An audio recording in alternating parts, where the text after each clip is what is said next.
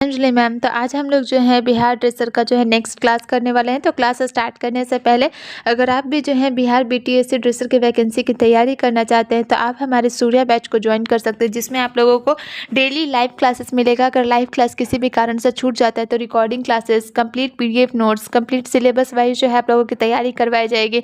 Bilingual class होगा, हिंदी और English दोनों में। टेस्ट सीरीज भी जो है आप लोगों का इसी बैच के साथ इंक्लूडेड है। तो बैच का फ़ी कितना है? तो बैच का फ़ी सिर्फ और सिर्फ जो है 499 है। ठीक है, अब बैच को ज्वाइन कैसे करना है? तो बैच को ज्वाइन करने के लिए आप लोग प्ले स्टोर पर जाकर Rathore education point app download करके जो है बैच को ज्वाइन कर सकते हैं। ठीक है, तो बैच को तो ज्वाइन कर लेंगे आप लोग। अगर बैच को ज्वाइन करने में कोई भी दिक्कत आ रही हो तो आप लोग दिए गए इस नंबर पे कॉल या मैसेज करके अधिक जानकारी जो है आप लोग ले सकते हैं। अब जो टेस्ट सीरीज़ मिल रहा है उसमें आप लोगों को क्या क्या है? तो टेस्ट सीरीज़ में आप लोगों को टॉपिक वाइज टेस्ट है, एमसीक्यूज़ हैं प्रैक्टिस के लिए और अच्छे एक्सप्लेनेशन के साथ डिटेल आंसर की है, और फुल लेंथ मॉक टेस्ट है जो कि आप लोगों के एग्जाम के पॉइंट ऑफ व्यू से बहुत ज़्यादा ही इंपॉर्टेंट है। ठीक है, तो चलिए आज के क्लास को जो है हम लोग अपना स्टार्ट करते हैं। तो आज का हमारा पहला क्वेश्चन है कि पट्टी बांधने का मुख्य उद्देश्य क्या है? घाव को सजाना, संक्रमण को बढ़ाना, घाव की सुरक्षा करना और संक्रमण रोकना, शरीर का तापमान बढ़ाना।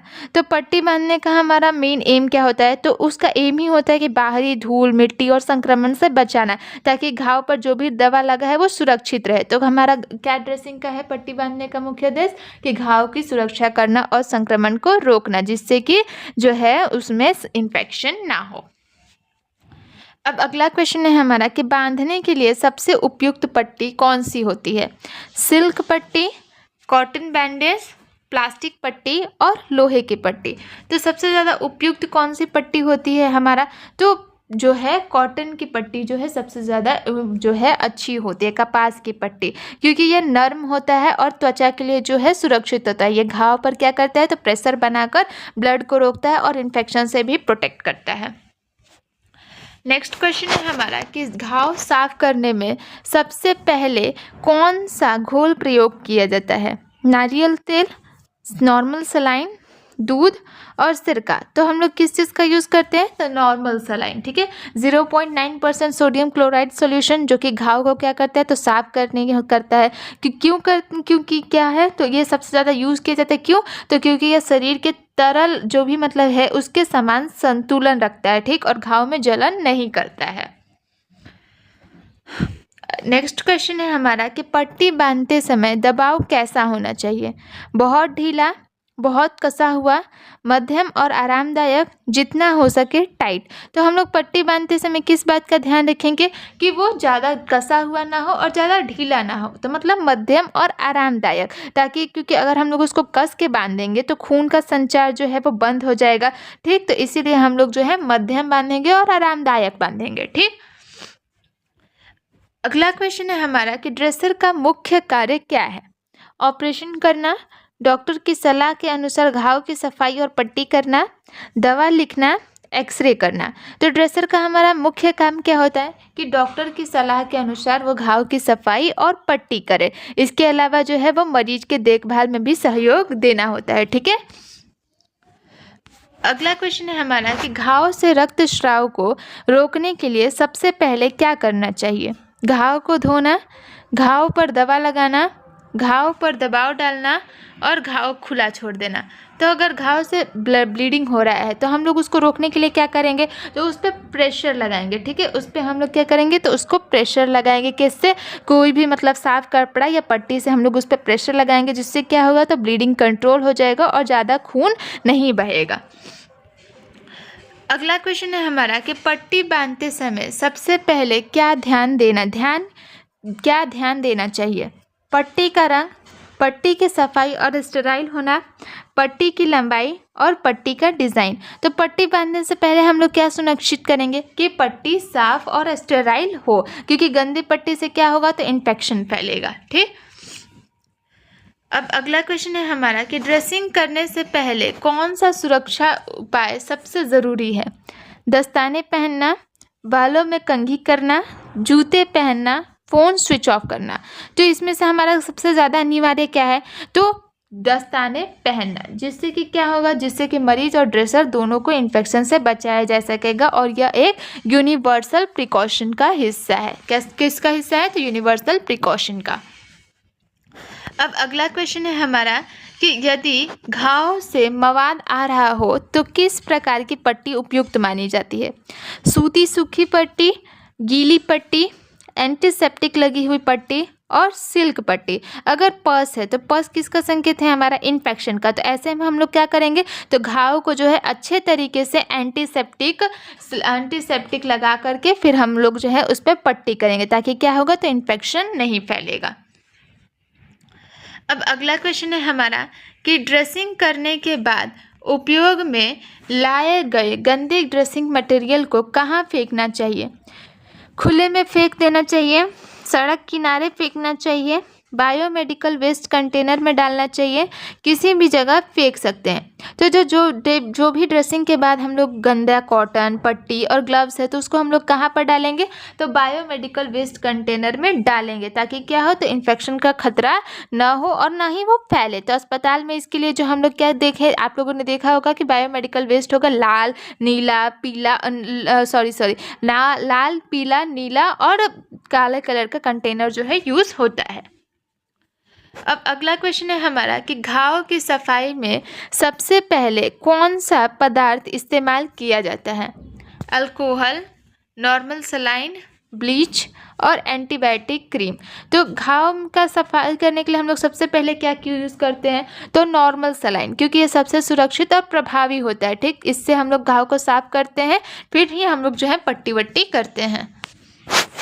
अब अगला क्वेश्चन है हमारा कि सलाइन को कितने प्रतिशत घोल में तैयार किया जाता है। ये मैंने बताया आप लोगों को 0.5%, 0.9%, 1% और 2%। तो कितने में हमारा तैयार होता है नॉर्मल सलाइन, तो वो हमारा 0.9% होता है, जो कि शरीर के तरल का जो है समान होता है और यह घाव की सफाई के लिए सबसे उपयुक्त होता है। अब अगला क्वेश्चन है हमारा कि घाव में दवाइयाँ लगाने से पहले क्या करना चाहिए।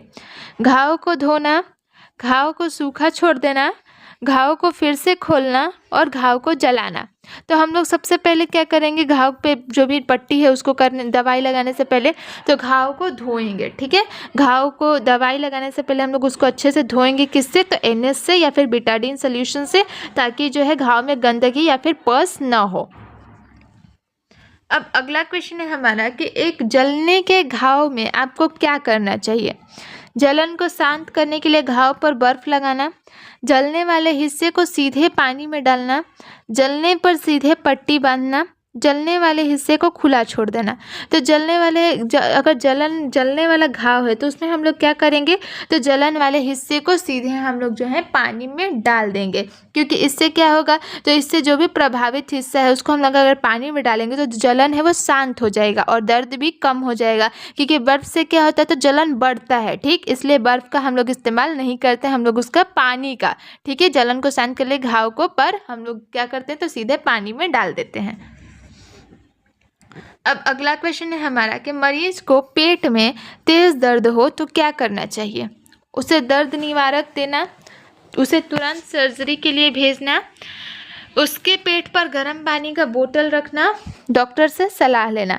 तो पेट दर्द का कारण तो हम लोग नहीं बता सकते ना, क्योंकि कारण तो बहुत सारा होता है, जैसे कि गैस हो गया, अपेंडिसाइटिस हो गया, तो पेट में दर्द का कुछ भी कारण हो सकता है। तो इसलिए हम लोग क्या करेंगे, तो हम लोग डॉक्टर की सलाह लेंगे। अगर हम लोग बिना डॉक्टर के सलाह लिए कोई भी अगर काम करते हैं तो फिर वो गलत होगा। ठीक, तो इसलिए हम लोग डॉक्टर की जो है सलाह लेंगे, ठीक, उसके बाद ही कुछ भी करेंगे।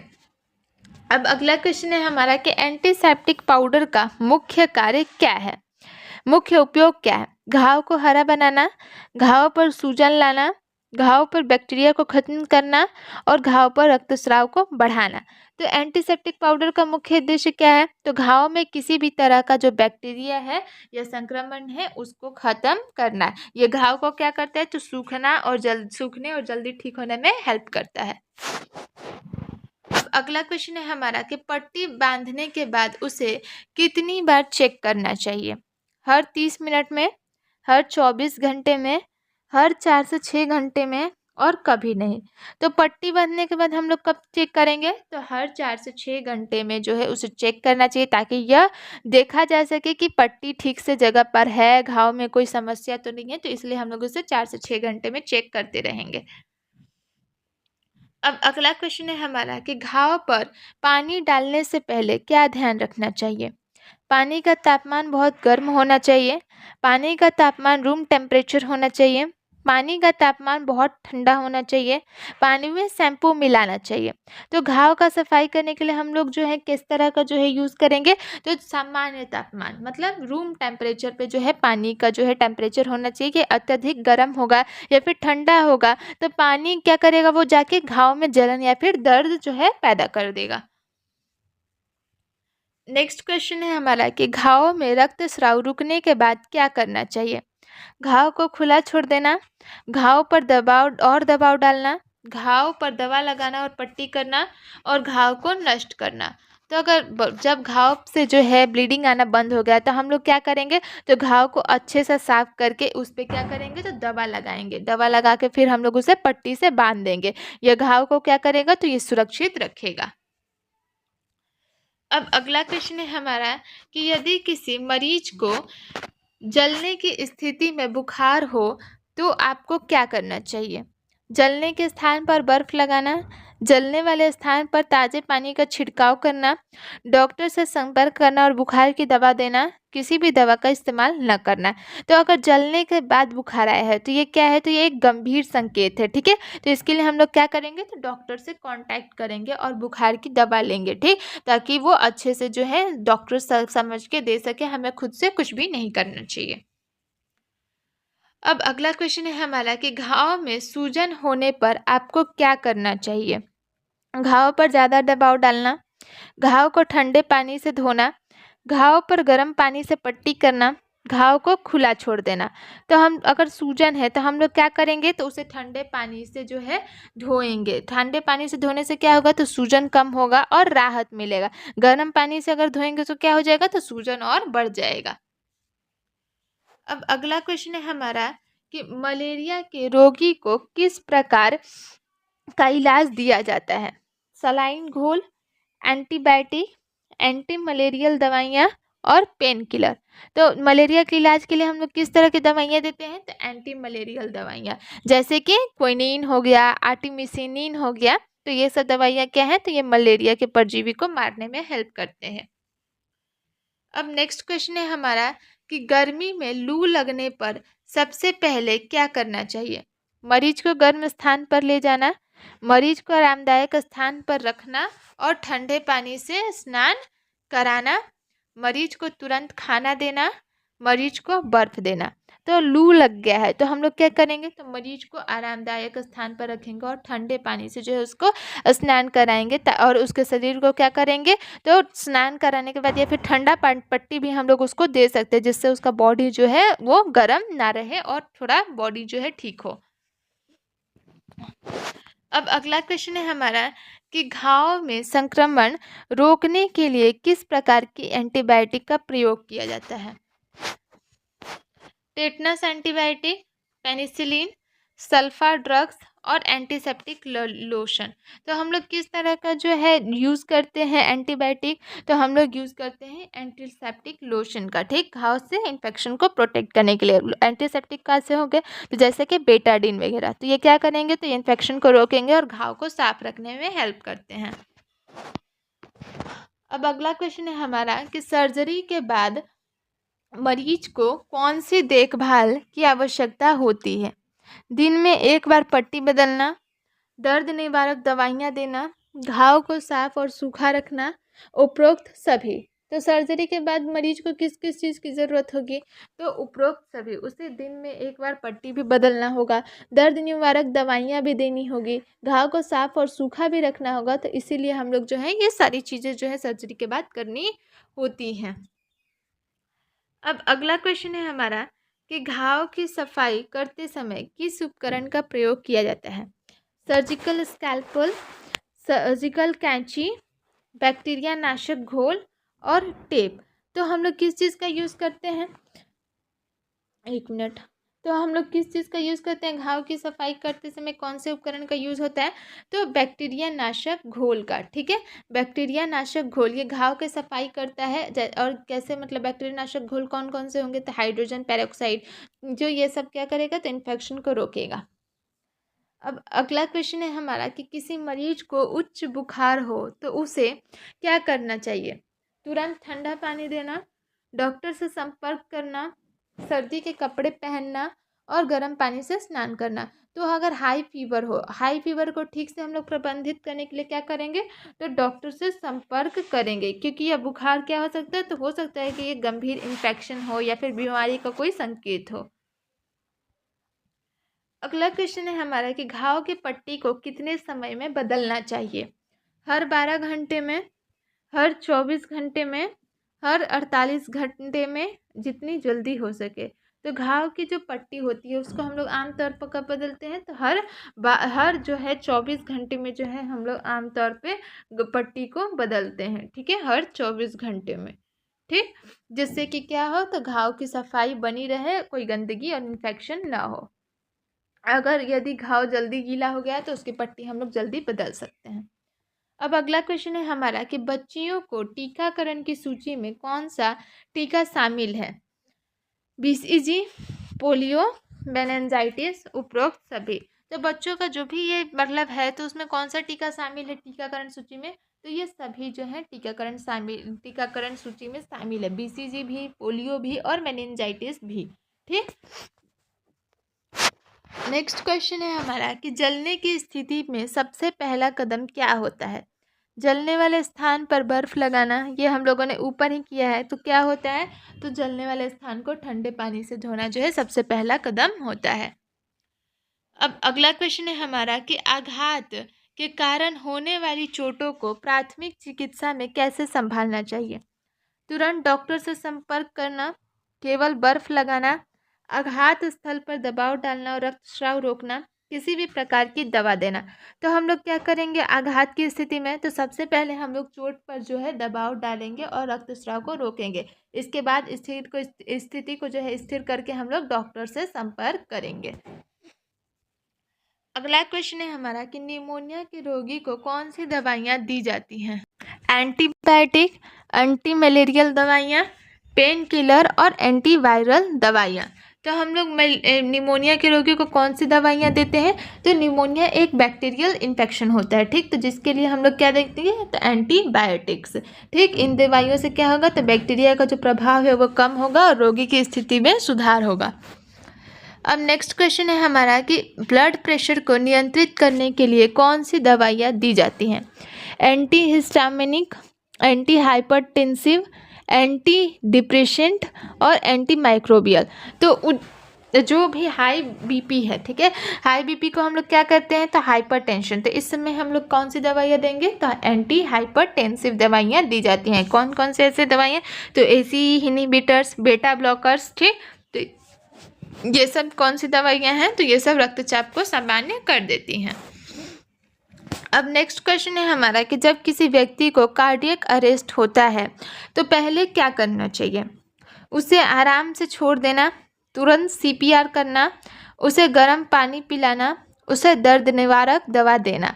तो हम लोग अगर कार्डियक अरेस्ट हो गया है, ठीक है, तो तुरंत हम लोग क्या स्टार्ट करेंगे? तो सीपीआर, ठीक। सीपीआर का फुल फॉर्म कार्डियोपल्मोनरी रिससिटेशन करना चाहिए, ताकि क्या होगा? तो उससे क्या होगा? तो दिल की धड़कन को फिर से शुरू किया जा सकेगा और रक्त प्रवाह जो है वो बनाए रखा जाएगा। तो ठीक से मतलब मरीज के ठीक होने के चांसेस रहते हैं।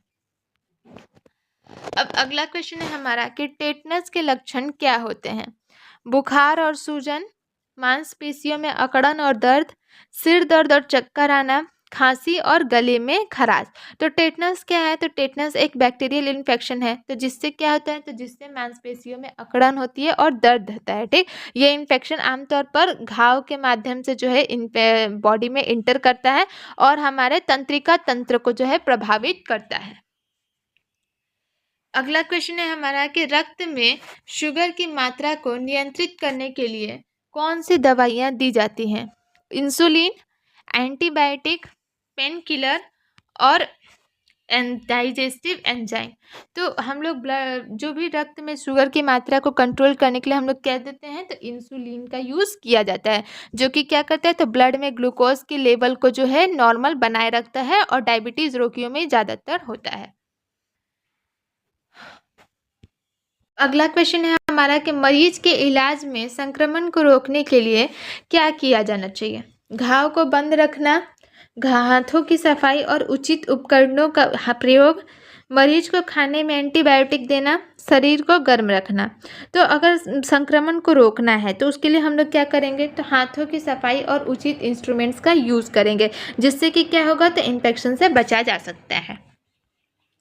अब अगला क्वेश्चन है हमारा कि रक्तस्राव को रोकने के लिए सबसे पहले क्या करना चाहिए। घाव पर दबाव डालना, बर्फ लगाना, पट्टी लगाना और दर्द निवारक दवाइयाँ देना। तो ब्लीडिंग को रोकने के लिए हम लोग क्या करेंगे, तो घाव पर जो है प्रेशर डालेंगे, ठीक, जिससे कि क्या होगा, तो ब्लीडिंग कंट्रोल हो जाएगा। अब अगला क्वेश्चन है हमारा कि घाव को भरने के लिए किस प्रकार की दवाइयाँ दी जाती हैं।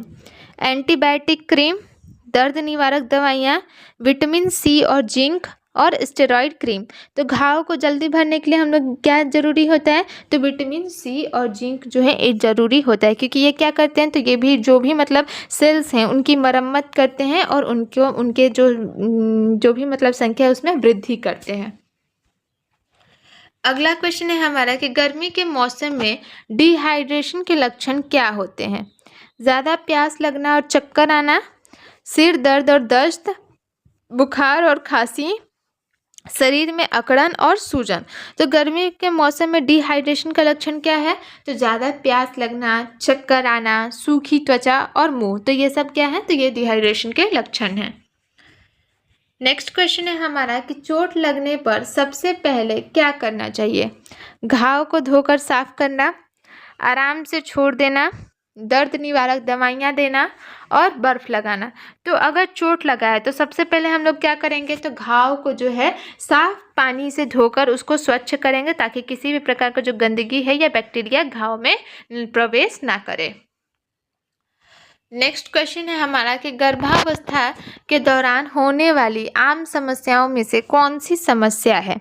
उबकाई और उल्टी, उच्च रक्तचाप, पैरों में सूजन और उपरोक्त सभी। तो इसका राइट आंसर क्या होगा, तो इसका राइट आंसर होगा उपरोक्त सभी। तो गर्भावस्था के दौरान ये सब जो है जैसी आम समस्या है ये सब, और ये सब का प्रबंधन किससे होगा, तो डॉक्टर की देखरेख में इसका प्रबंधन किया जाता है। अब अगला क्वेश्चन है हमारा कि हार्ट अटैक पड़ने पर सबसे पहले क्या करना चाहिए। दर्द निवारक दवाइयाँ देना, तुरंत एम्बुलेंस को बुलाना, मरीज को आराम देना, मरीज को गर्म पानी देना। तो दिल का अगर दौरा पड़ा है तो सबसे पहले हम लोग क्या करेंगे, तो एम्बुलेंस को तुरंत बुलाएंगे, ताकि तुरंत इलाज मिले, और मरीज को जो है आराम और सीपीआर देने की आवश्यकता पड़ेगी, तो इसीलिए हम लोग तुरंत एम्बुलेंस को बुलाएंगे और तुरंत जो है ट्रीटमेंट करेंगे। नेक्स्ट क्वेश्चन है हमारा और आज का लास्ट क्वेश्चन कि घाव में रक्तस्राव होने पर सबसे पहले क्या कदम उठाना चाहिए। रक्तस्राव वाली जगह पर दबाव डालना, घाव को खुला छोड़ना, घाव पर दवाइयाँ लगाना और घाव को गर्म पानी से धोना। तो अगर रक्तस्राव को रोकने के लिए हम लोग क्या करेंगे, तो घाव पर जो है प्रेशर बनाएंगे, रक्तस्राव वाली जगह पर जो है प्रेशर बनाएंगे, जिससे कि ब्लीडिंग कंट्रोल हो जाएगा। ठीक, तो आज के लिए बस इतना ही। जो भी इस क्लास का पीडीएफ होगा डिस्क्रिप्शन बॉक्स में टेलीग्राम चैनल का लिंक दिया गया है, तो वहाँ से जाके जुड़ जाइए, वहाँ से आप लोगों को पीडीएफ मिल जाएगा।